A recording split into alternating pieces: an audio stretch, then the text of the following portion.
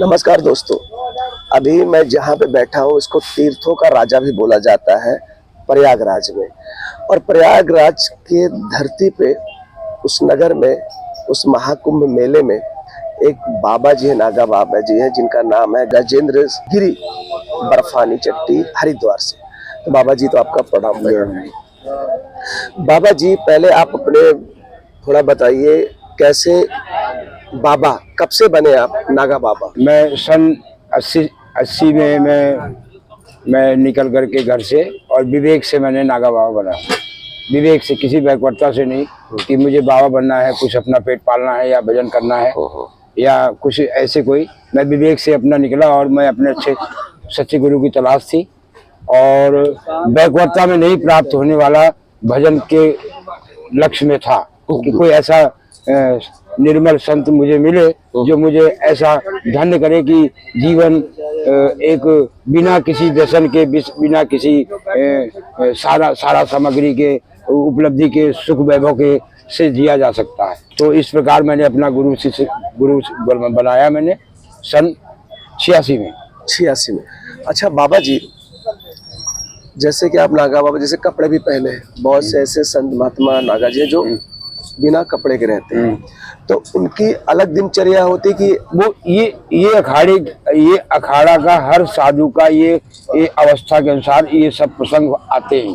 भभूति जब शुरू में साधु बनते तो भभूति उनको दिया जाता है, क्योंकि भभूति जो है एक सनातन धर्म की 10 नाम की चादर है। जैसे गृहस्थ के कपड़े हैं ना, हमारे यहाँ कपड़े का कोई मोल भाव नहीं है, हमारे यहाँ कपड़े का कोई मान्य नहीं है और अमान्य भी नहीं है।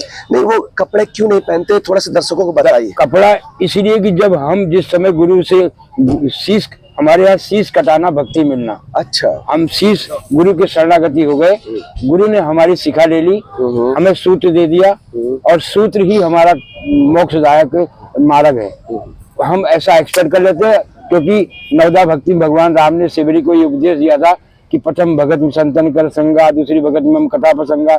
ऐसे जो अपना जो दिया कि दृढ़ कर विश्वास। हमारा जो विश्वास होता है, हम अटूट विश्वास अपने इष्ट पे रखते हैं, दत्त भगवान पे। जूना अखाड़े के जो हमारे संत है सब सन्यासी, वो अपने दत्त गुरु पे इष्ट पे बिल्कुल अटूट विश्वास रखते हैं। अच्छा, नागा बाबा के जो भगवान होते हैं वो कौन है? नागा, देखो यही बताना चाहता हूँ मैं कि हमारे जून अखाड़ा जो है 7 है सन्यासियों के। अच्छा, सबसे आदि अनादि का अखाड़ा जो है श्री पंदस नाम जूना अखाड़ा। अच्छा, इसका नाम सन 1957 से पहले, सन 1957 से पहले इसका नाम था श्री शंभू भैरव अखाड़ा। अच्छा, जो पंचदश नाम। हाँ, अच्छा, श्री शंभू पंचदश नाम शंभू भैरव अखाड़ा। इसका जूना नाम भी हमारे एक बहुत बड़े माननीय लौह पुरुष बाबा सरदार वल्लभ भाई पटेल ने इसका नामांकन किया। जब वो सोमनाथ जी की प्रतिष्ठा करवा रहे थे, जब राष्ट्रपति तक वगैरह जाने से मना कर दिए थे, तब भैरव अखाड़े को जैसे कोई प्रतिष्ठा करता है, कोई तो इनवाइट करता है, जैसे राम मंदिर में इनवाइट किया था संतों को, वहां बुलाया। तो ये आदि अनादि का होता हुआ और बहुत पुराना अखाड़ा होता हुआ सरदार वल्लभ भाई पटेल ने इस नाम से इसको सरोपा दिया, मतलब एक विशेष नाम दिया कि जूना, मतलब गुजरात में जूना शब्द को बोलते पुराना। बोले जूना जूना वस्तु है। हाँ, पुराना।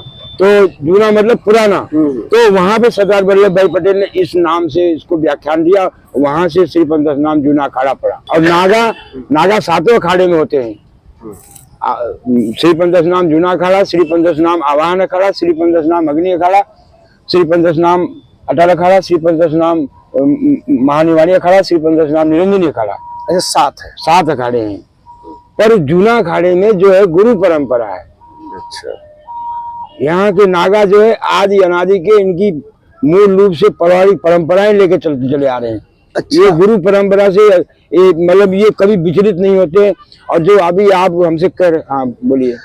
बाबा जी एक चीज और बताइए, जब स्नान होता, शाही स्नान, तो सबसे पहले जो हमें जानने को मिलता है कि पहले शाही स्नान नागा साधु बाबा करते हैं। हाँ। वो ऐसा क्यों?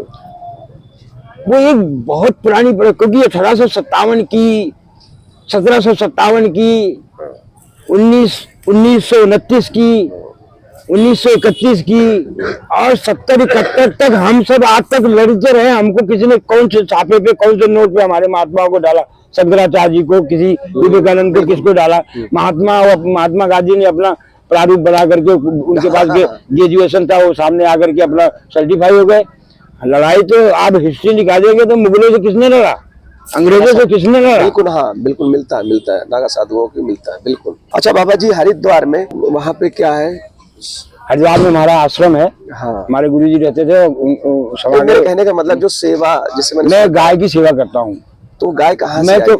गाय तो कसाई से एक अकस्मात एक घटना हुई मेरे गुरुजी एक में, अभी कुछ दिन पहले खत्म हुए 2013 में जुलाई महीने में, और मैं उनकी सोरसी भंडारा किया। और सोरसी भंडारा करके मैं एक जगह जा रहा था, तो वहाँ एक मुल्ला जो है वो गाड़ी में सब गायों को भर रखा है और काटने के लिए भर रखा है। अब कहाँ जा रहा है काटने के लिए, वो तो बाद में खुला ना, मेरी बातों में खुलेगा। अच्छा। कि मैं जब उसको एक बच्चा था, छोटा सा बछड़ा, वो उसको चढ़ा रहा था, उसका पाँव जो है ना वो गाड़ी के डाला जो है उसके बीच में फंसा हुआ था। अच्छा। और मार रहा है और वो खट से ऐसे टूट गया है। अरे बाप रे। और मैं गाड़ी खड़ी कर दी, इसी बड़े हादसे को देख करके मैंने गाड़ी खड़ी कर दी। मैं नंगा था, शारीरिक समझ था।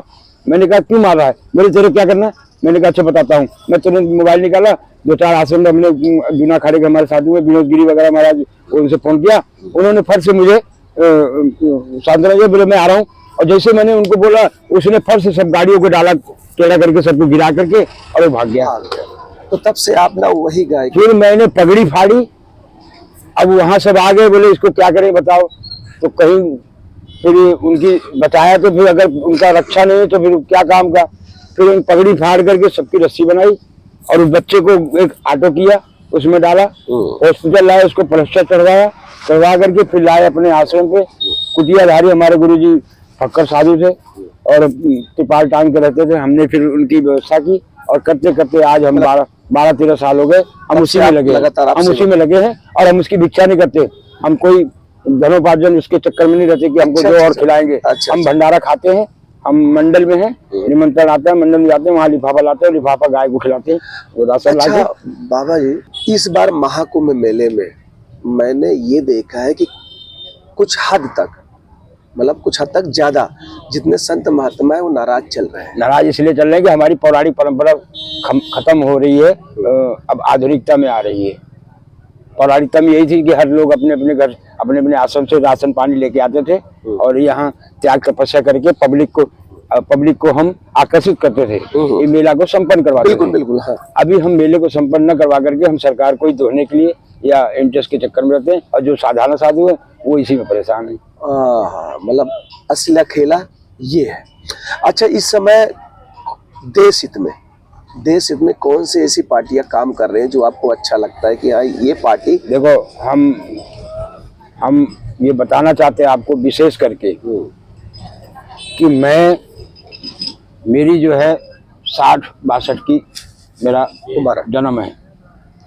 अच्छा, डेट। मैं 65 में यहाँ तिरंगा स्टिकर और चरखा का स्टिकर लगा के मैंने एक पैसे में अपने स्कूल में दान देता था। साधु के कितने मूल गुण होते हैं? देखो, जैसे तुम विद्यार्थी को पढ़ा होगा स्कूल में अपने बालपन में कि विद्यार्थी के 5 लक्षण: काकचेष्टा, भगोध्यान, स्वानिंद्र, अल्पाहारी, गृहत्यागी, विद्यार्थी 5 लक्षण। कौवे जैसी चेष्टा, बगले जैसा ध्यान, स्वान जैसी निंद्रा, अल्पाहारी, और घर में रह करके घर को त्याग के रखना। तो ऐसे साधु का जीवन है। साधु सदाहारी होना चाहिए, परोपकारी होना चाहिए, तपस्वी होना चाहिए, लंगोटी वाला होना चाहिए, आधुनिकता नहीं होनी चाहिए। ये सारे परम इसकी मूल वो है जो गुण निकाल लो। गुण बहुत गुण आएंगे। अच्छा, अभी तो बहुत निकलेंगे। पहले ये गुण निकालने बड़ा कठिन होता था क्योंकि सब संपन्न थे। सब संपन्न थे। अभी तो कहीं कहीं दिखेगा तो इसका।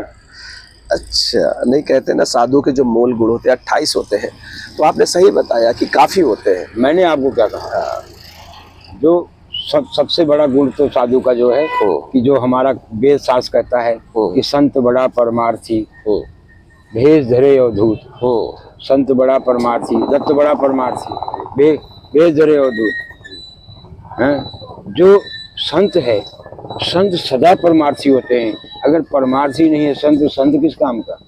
जैसे कि वृक्ष, जैसे कि तालाब, जैसे कि कुआं, जैसे कि नदी, धर्मशाला, ऐसे संत का स्वरूप है। अच्छा, जिस संत के पास बैठ के हमें निर्मल न हो सके, हम समझ लेना। अच्छा बाबा जी, इस बार महाकुंभ मेले में खास तौर से प्रयागराज में ये जो घाट नए नए बन रहे हैं, पहली बार ऐसा बनाया जा देखो, ये हमारे सभी जाति धर्मों को हमने जोड़ने की चेष्टा किया है। हमारा जैसा विचार है, ऐसा हमारा योगी तो पक्का विचार, हम साधुओं के विचार भी मिलता है कि हम समाज को जोड़ना चाहते हैं। हम एक होंगे तो सेफ होंगे, और इसीलिए हम कुंभ मेले में भी जो नहीं कभी आ सकते थे, हमारे हिंदू के वाल्मीकि समाज हो, सुथार समाज हो, लोहार समाज हो, नाई सैनी समाज हो, धोबी समाज हो, जो भी आ रहे हो सब आओ, अपने अपने आचार की झंडा लगाओ, सब कल्पवास करो, सब भजन करो, सब सरकार तुम्हारा बिजली पानी तार सब कुछ देगा, और हो सकता है नागा बाबा लोग से। इसलिए जो है इस बार पूरा का पूरा जो समाया हुआ है वो यही दिख रहा है कि अभी हिंदू सब एक हो गए। मतलब सनातन सब, सनातन नहीं, हिंदू सनातन तो पूरा हमारा सृष्टि पे है, विश्व का। अभी हमारा जो भारत में हिंदू है वो सब एक हो रहा है। सनातन तो हम विश्व है, वसुधैव कुटुंबकम क्यों कहते हैं? सनातन का मतलब समझते हो आप? सत्य सनातन, इसका ओरिजिनल नाम है सत्य सनातन धर्म की जय। सत्य है जल, सत्य है जल, सनातन है खेती जुताई। नंदी जोत रहा है, कौन जोत रहा है?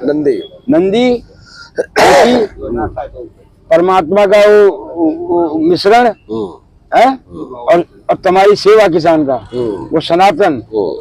सनातन कोई बनाने से सनातन धर्म नहीं बनता, ये हमारा सृष्टि में बिछा हुआ है आदि अनादि से।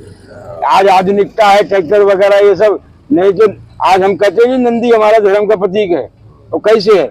और से वो वहां पे लगा हुआ है संसद में, वो उसको क्या बोलते हैं उसको, गुंबद, वो जो छड़ी जो लगाई। अच्छा, हाँ, वो साउथ से लाया गया है। वो क्या नाम उसका, वो मतलब कि न्याय का प्रतीक है, जो न्याय का नहीं, धर्म का प्रतीक है। न्याय और धर्म के ऊपर नंदी का चिन्ह बना है, गोल ऐसा जो बना है, वही नंदी। हाँ हाँ हाँ, वो हमारे सनातन का ओरिजिनल जो है गवाह जो है वही है। ऐसे प्रधानमंत्री को क्या समझते हो आप? ऐसे प्रधानमंत्री को कितना भी देखिए हो, बिल्कुल बिल्कुल सही। किसी महात्मा की फोटो, किसी की फोटो नहीं लगाया उसने।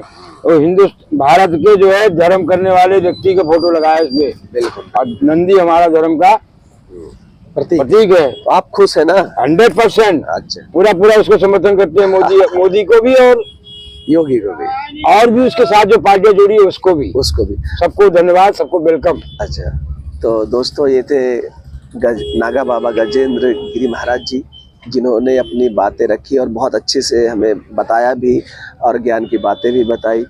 तो ऐसे ही दोस्तों हम संत महात्माओं के दर्शन आपको कराते रहेंगे, और आप लोग देखते रहिए और दोस्तों शेयर करते रहिए दोस्तों में अपने।